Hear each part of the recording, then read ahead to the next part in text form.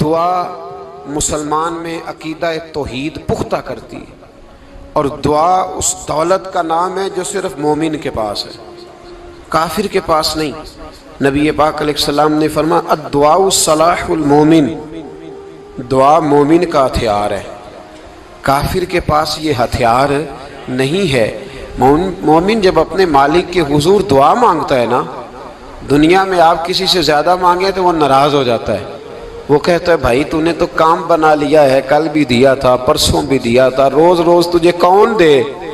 میرے نبی پاک علیہ السلام نے فرمایا جو اپنے رب سے زیادہ مانگتا ہے رب اس سے زیادہ راضی ہوتا ہے، زیادہ راضی ہوتا ہے۔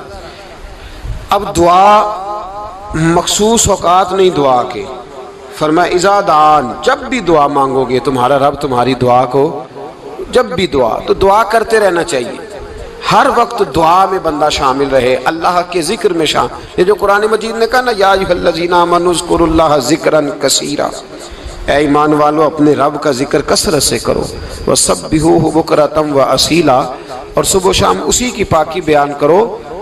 تو اس سے مراد یہ نہیں ہے کہ تسبیح لے کے سارا دن مسجد میں بیٹھے رہو اور کام کوئی نہ کرو، بلکہ اس کا مطلب یہ ہے کہ روٹی شروع کرو تو اللہ کے نام سے، اختتام کرو تو اللہ کے نام، سو جاؤ تو رب کا نام لے کے، سویرے اٹھو تو اللہ کا نام لے کے، جب تمہیں کوئی چیز اچھی لگے تو ماشاءاللہ کہو، جب کوئی مصیبت آئے تو کہو انا للہ و انا الیہ راجعون۔ تو سارا دن اللہ کا ذکر جاری رہے گا۔ نبی پاک صلی اللہ علیہ وسلم نے مسلمان کو ایک دوسرے سے ملنے کا طریقہ بتایا۔ مصیبت آئے تو کیا کہنا ہے؟ صرف فوت کی پہ نہیں کہنا، اس کی وضاحت کر دو۔ کوئی بھی الذین اذا اصابتہم مصیبہ، جب بھی کوئی مصیبت آئے، اللہ کے بندے کہتے ہیں ہم اللہ کی طرف سے آئے ہیں اور اللہ کی طرف ہی ہم نے لوٹ جانا۔ تو میرے عزیز ہر وقت اللہ کا ذکر جاری رہے گا، ہر وقت زبان پہ رب کریم کا۔ دیکھیں نا نبی پاک علیہ السلام نے ہمیں ملاقات کا طریقہ بتایا۔ ایک صحابی آئے تو انہوں نے آ کے کہا السلام علیکم، نبی پاک علیہ السلام نے فرمایا رب تعالیٰ نے اسے 10 نیکیاں عطا فرمائی ہیں۔ دوسرے آئے تو انہوں نے کہا السلام علیکم ورحمۃ اللہ، تو محبوب فرمانے لگے، امام بہقی نے اس کو لکھا ہے، محبوب فرمانے لگے رب کریم نے اسے 20 نیکیاں عطا فرمائی۔ ایک اور آئے، عرض کیا السلام علیکم ورحمۃ اللہ وبرکاتہ، محبوب فرمانے لگے اللہ نے اسے 30 نیکیاں عطا فرمائی۔ اچھا اس کا مطلب کیا ہے؟ السلام علیکم، تم پر سلامتی ہو، سادہ ترجمہ یہ ہے کہ تم سلامت رہو، تم سلامت رہو، ورحمۃ اللہ وبرکاتہ، تم پر اللہ کی رحمت بھی ہو اور اس کی برکتیں بھی ہو۔ وہ کیا کہتا ہے؟ وہ کہتا ہے وعلیکم السلام، تم پر بھی سلامتی ہو، ورحمۃ اللہ وبرکاتہ، اللہ کی رحمت ہو اور اس کی۔ یہ جو مسنون دعائیں ہیں نا جو حضور نے ہمیں دعائیں سکھائیں ہر موقع پہ، ان کا کمال دیکھیے۔ اب ایک مسلمان نے آتے کہا السلام علیکم، اس کا مطلب کیا ہے؟ تم پر۔ اب وہ جھگڑا کرے گا اسے مارے گا، اس کا مال چھینے گا؟ اس نے تو آتے ہی کہا ہے تم پر سلامتی ہو۔ تو جو سلامتی کی دعا دینے والے ہیں وہ جیب تھوڑی کاٹیں گے، وہ غبن تھوڑی کریں گے، ڈاکہ تھوڑا ڈالیں گے۔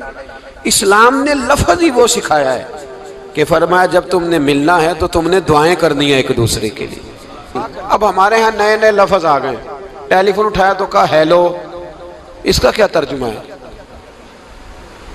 کون ہے؟ اس کا کیا ترجمہ ہے؟ جی جناب، اس کا کیا مطلب؟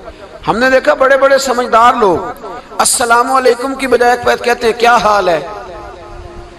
بھئی کیا عجیب بات ہے، بھئی کیا حال ہے کا کیا مطلب ہوا؟ وہ بعد میں کرنے کی بات ہے۔ اور کچھ تھوڑا سا جو ادیب ہیں، جو بیچارے حروف کے پیچ و تاب میں رہتے ہیں، وہ کہتے ہیں آداب عرض ہے۔ وہ کیا ہوتا ہے جی؟ اسلام نے دعا سکھائی ہے السلام علیکم، یہ کتنی خوبصورت دعا ہے۔ جب آپ گھر کے اندر داخل ہوئے تو آپ نے دعا دی السلام علیکم، یہ دعا دی آپ۔ ایک صحابی حاضر خدمت ہوئے، عرض کی یا رسول اللہ صلی اللہ علیہ وسلم میرے گھر میں غربت رہتی ہے، کیا کروں؟ نبی پاک علیہ السلام نے فرمایا جب بھی گھر جایا کرنا گھر والوں سے سلام لیا کر، گھر والوں سے کیا کہا کر؟ السلام علیکم، جب بھی گھر جائے۔ یعنی گھر آیا، اب گھر والوں نے بتایا کہ ماچس کی ڈبیا تو لے آؤ۔ اب یہ دکان کونے پہ تھی گھر والے پہ، وہاں سے ماچس کی ڈبیا لے کے واپس گیا تو کہنے لگا السلام علیکم. پھر گھر والوں نے کہا ہو بتانا یاد ہی نہیں رہا, چینی بھی ختم ہو گئی ہے. تو یہ پھر گیا چینی لینے, لوٹ کے آیا تو کیا کہا؟ جب اللہ چاہتا ہے تو کہے, جب اللہ کے رسول چاہتے ہیں تو کہے. اس کا ترجمہ یہ ہے کہ تو کہہ, تو سلام لے. اللہ رسول چاہ رہے ہیں کہ تو سلام لے تاکہ تیرے گھر میں سلامتیاں ڈال دی جائیں. تو فرمایا سلام لینی ہے تو نے, اور ساتھ تو نے اس طرح کرنا ہے کہ 3 دفعہ سورۃ اخلاص کو پڑھنا ہے. امام قرطبی نے اس کو لکھا ہے. اس نے کہا حضور غربت بڑی ہے. غربت بڑی ہے تو کہ وظیفہ بتائیں. فرمایا جب بھی گھر جاؤ سلام لو اور 3 دفعہ سورۃ اخلاص پڑھو. وہ صحابی کہتے ہیں میں پکا ہو گیا. اب وہ کچھ دنوں کے بعد, کچھ عرصے کے بعد, کچھ مہینوں کے بعد واپس آئے تو صحابہ کرام علیہم رضوان فرماتے ہماری خواہش تھی کہ یہ کچھ بیان کرے, اب بتائے جو وظیفہ لے کے گیا تھا اس کا رزلٹ کیا نکلا. کہتے اس نے بڑی حیرت انگیز بات کی, حیرت انگیز عجیب انداز میں. کچھ لوگوں کا دل ہوتا ہے نا کہ مجھے ملے میرے پڑوسی کو نہ ملے, اور کچھ کا دل ہوتا ہے یار مجھے بھی ملا ہے اور الحمدللہ میرے پڑوسی کو ملا ہے. تو صحابی جب حاضر ہوئے تو صحابہ کہتے ہیں ہمیں تجسس تھا کہ یہ کچھ بتائیں. تو حضور نے فرمایا کیا حال ہے تیرا؟ کہا یا رسول اللہ کمال ہی ہو گئی ہے حضور, میں جب بھی گھر جاتا ہوں سلام لیتا ہوں اور 3 دفعہ سورۃ اخلاص پڑھتا ہوں. میں تو امیر ہو ہی گیا ہوں, میرے تو ہمسائے بھی امیر ہو گئے. کتنا پیارا ہے یہ جملہ, کتنا حسن ہے. اتنا اچھا لفظ کسی اور کے پاس ہے ہی نہیں جو الفاظ ہمیں ہمارے رسول نے عطا فرمایا. اس کو اپنائیے, اس کو اپنائیے. یہ الگ بات ہے کہ لوگ مطلب کے لیے سلوٹ کر لیتے ہیں بڑا سارا, لیکن مطلب کے لیے نہیں. جس کو جانے اس سے بھی سلام لیں, جس مسلمان کو نہیں جانتے اس سے بھی. تو نبی پاک نے ہمیں مسنون دعائیں سکھائیں. رات کو جب سونے لگیں اللہ کے رسول صلی اللہ علیہ وسلم نے ہمیں دعا سکھائی. حضور نے فرمایا جب سونے لگو تو مسلم شریف میں فرمایا تم نے یہ دعا پڑھنی, اللہم باسمک اموت و احیا.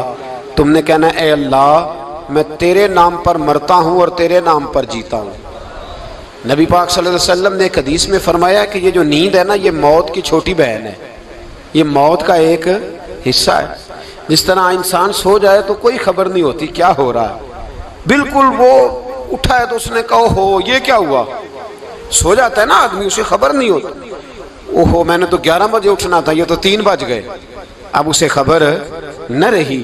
سوتے ہوئے لوگ چوری کر لیتے ہیں, بلکہ اس طرح بھی ہوتا ہے کہ آدمی نے گکھڑ اترنا تھا, وہ پنڈی سے آ رہا تھا لیکن وہ سویا ہوا تھا. آنکھ تب کھلی جب کاموں کی آ گیا تھا.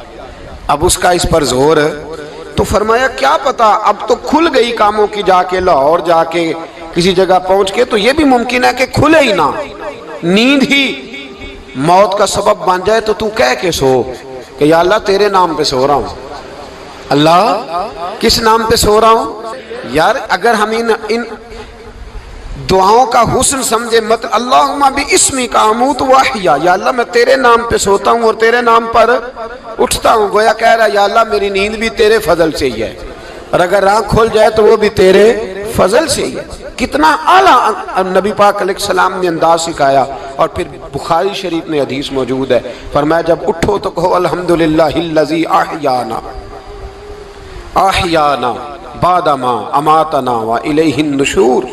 فرمایا جب تم سو کے اٹھو تو پھر کہو اے اللہ ساری تعریفیں تیرے لیے, تمام تعریفیں جس نے ہمیں موت کے بعد حیات دی. موت کے بعد فرمایا احیانا بعد ما اماتنا, ہمیں مرنے کے بعد گویا اللہ کا شکر ادا کر کے آنکھ کھل گئی. دیکھیں کس طرح اسلام مسلمان کو اللہ کے ساتھ جوڑتا ہے. فرمایا شکر کر, آنکھ کھل گئی. کہ یا اللہ تیرا شکر ہے تو نے موت کے بعد ہمیں دوبارہ حیات عطا فرمائی, یہ شکر ادا کرو. گویا تم یہ نہ کہنا کہ میں اٹھ گیا ہوں تو میرا کمال ہے, یہ نہ سمجھنا میں اٹھ گیا ہوں تو میں بڑا پابند ہوں, جب میں ارادہ کر لوں کہ میں نے 11 بجے اٹھنا ہے تو پھر میں اٹھ جاتا ہوں. یہ نہ کہنا کہ یہ الارم بڑا اچھا ہے, یہ مجھے اٹھا لیتا ہے. ذہن کے اندر خیال کر کہ نیند تو موت کی طرح تھی, یہ جو میں اٹھ گیا ہوں تو اپنے رب کے فضل سے اٹھا ہوں. جو میں اٹھ گیا ہوں, جو ابھی اٹھے ہیں وہ تو بول دینا کم از کم کہ میں اپنے رب کے فضل سے اٹھ گیا. تو دعا سکھائی. پھر دیکھیے نبی پاک صلی اللہ علیہ وسلم نے فرمایا جب تم بیت الخلاء میں جاتے ہو نا, واش روم میں جاتے ہو, تو گندی چیزیں ہوتی ہیں وہاں، شیطان ہوتے ہیں، جنات ہوتے ہیں، یہ گندگی پہ ہوتے ہیں۔ جب تم واش روم جاؤ، بیت الخلاء جائے، تب بھی دعا مانگو۔ کیا دعا مانگو؟ وہ دعا بھی نبی پاک صلی اللہ علیہ وسلم نے ہمیں تعلیم فرمائی اور بخاری میں ہے، کہا پڑھا کرو اللہم انی اعوذ بک من الخبث والخبائث۔ کہو اے اللہ، ناپاک چیزوں سے میں تیری پناہ مانگتا ہوں، وہ نر ہوں یا مادہ ہوں۔ اللہ میں تیری پناہ مانگتا ہوں۔ واش روم کے اندر بہت ساری بری چیزیں ہوتی ہیں، جوان میری بات پر توجہ فرمائیں، وہاں بہت ساری گندی چیزیں ہوتی ہیں۔ انسان کئی دفعہ واش روم میں جاتا ہے، اسے وسوسے زیادہ آتے ہیں، یہ نوٹ کریں میری بات کو۔ اصل میں نا ہم بات ڈھونڈ رہے ہیں علاج اپنی بیماریوں کا، حالانکہ علاج تو سارا مدینے والے رسول کے پاس موجود ہے، محبوب کے پاس ساری دوائیاں ہیں۔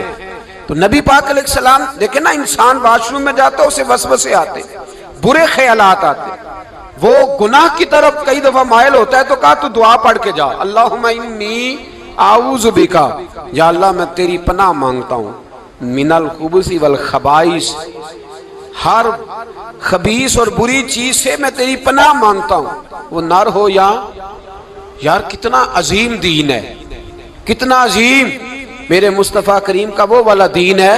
اصل میں اللہ کرے بی اے پاس بچے کو بیت الخلاء کی دعا بھی یاد ہو جائے، ایسے یاد ہو جائے، اور اس کے ماں باپ سمجھ لیں کہ جوان ہو گیا ہے، تو اب ہو سکتا ہے اس کی طرف شیطان حملہ زیادہ کرے، اسے خراب کرنے کی کوشش کرے، تو لہٰذا اسے دعا سکھائی جائے تاکہ اس کو پہلے سے پتا ہو کہ میں نے اس بے ایمان سے بچنا کس طرح سے۔ اب آپ دیکھیے نبی پاک علیہ السلام نے ہمیں دعا سکھائی، مصنف ابن ابی شیبہ میں۔ کون سی دعا؟ واش روم سے نکلنے کی۔ اللہ اکبر، بڑی زبردست دعا ہے، بڑی زبردست۔ آپ یقین کریں اس ایک ایک دعا پر ایک ایک پورا بیان ہو سکتا ہے، ایک ایک۔ یہ اس لیے نہیں میں کہہ رہا کہ میں کوئی عالم فاضل آدمی ہوں، آپ کہیں گے کہ بتا رہے ہیں میں بڑا پڑھا لکھا ہوں، صرف یہ عرض کر رہا ہوں کہ اس کے فوائد پر، ثمرات پر جو اللہ تبارک و تعالی امت کو دیتا ہے، ان دعاؤں کی جو فضیلت حدیثوں میں آئی ہے، اور پھر جو اس کے فوائد ہے، اگر اس پر بات کروں تو ایک دعا تقاضا کرتی ہے کہ اس پر پورا ایک لیکچر ہونا چاہیے۔ دیکھیے آپ واش روم سے نکلے، دعا کیا ہے؟ دعا کے لفظ کیا؟ الحمدللہ الذی، ایک حدیث میں لفظ ہے غفرانک، غفرانک، اے اللہ میں تجھ سے بخشش چاہتا ہوں۔ اور جو مشہور اور معروف ہے مصنف ابن ابی شیبہ کی روایت، فرمایا الحمدللہ الذی اذھب عنی العذا وعافانی، فرمایا اے اللہ تیرا شکر ہے۔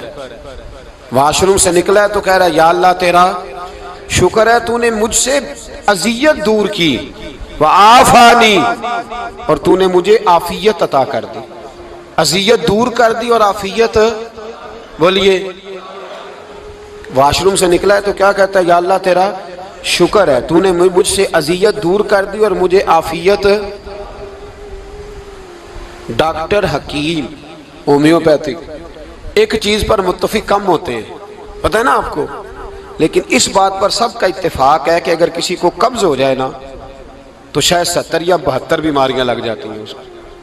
اور جب آدمی کو قبض ہوتی ہے نا، پیٹ کے اندر فضلہ جم جاتا ہے، خارج نہیں ہوتا، اس کو اعصاب کی بیماری ہوتی ہے، اس کے ذہن پر اثر ہوتا ہے اس چیز کا۔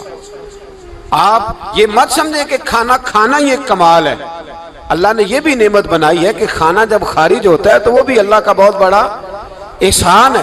تو فرمایا تو سمجھا ہی نہیں، اگر تجھے قبض ہو جاتی، تیرے پیٹ کے اندر وہ چیز جم جاتی، تیرے لیے کتنی تکلیف کا باعث تھی۔ ان لوگوں سے پوچھئے جو اس کے بیمار ہیں، اس کے مریض ہیں، وہ کتنی تکلیف میں رہتے ہیں، سر میں درد ہوتا ہے، سر چکراتے ہیں۔ ایک بہت بڑا روڈ ایکسیڈنٹ ہوا تو ڈرائیور سے لوگوں نے پوچھا کہ مسئلہ کیا ہے، تو کہنے لگا میں قبض کا مریض ہوں، تو میں کھانا کھا لیتا ہوں تو میرے ذہن پر وہ اس قدر زیادہ گیس کا غلبہ ہوتا ہے کہ میں سخت تکلیف میں ہوں۔ نبی پاک علیہ السلام نے ہمیں سمجھایا اور بتایا کہ سمجھ لو یارو، کھانا کھانے کی نعمت تو اللہ نے تمہیں عطا فرمائی ہے، لیکن کھانا کھانے کے بعد اس کا اخراج بھی اللہ کی بہت بڑی نعمت ہے، تو اللہ کا شکر ادا کرو۔ پھر جب آپ گھر سے نکلیں گے تو بھی اس کی دعا ارشاد فرمائی، بسم اللہ توکلت علی اللہ، اللہ کے نام سے گھر سے نکلتا ہوں اور میں نے بھروسہ بھی اللہ کے نام پہ کیا۔ جب گھر سے نکلیں تو کس کے نام پہ بھروسہ کریں؟ بولیے حضرت رابعہ بصریہ رحمت اللہ علیہا، آپ تشریف لے گئیں حج کرنے، جس دن واپس آئیں اپنا اونٹ کہہ گئیں جاتی دفعہ، کہنے لگی اللہ میں تیرے حوالے کر کے جا رہی ہوں اور بسم اللہ توکلت علی اللہ، بھروسہ بھی تیری ذات پہ۔ جس دن واپس آئی نا اسی دن کسی نے بتایا کہ اماں آج ہی تیرا اونٹ مر گیا ہے، تو اونٹ کے سرانے کھڑی ہو کے کہنے لگی مولا میں تو تیرے نام پہ تیرے پہ بھروسہ کر کے گئی تھی، تیرے حوالے میں تو تیرے گھر گئی تھی۔ تو لوگ کہتے ہیں اماں کے منہ سے لفظ نکلے تو اونٹ زندہ ہو کے کھڑا ہو گیا ہوں۔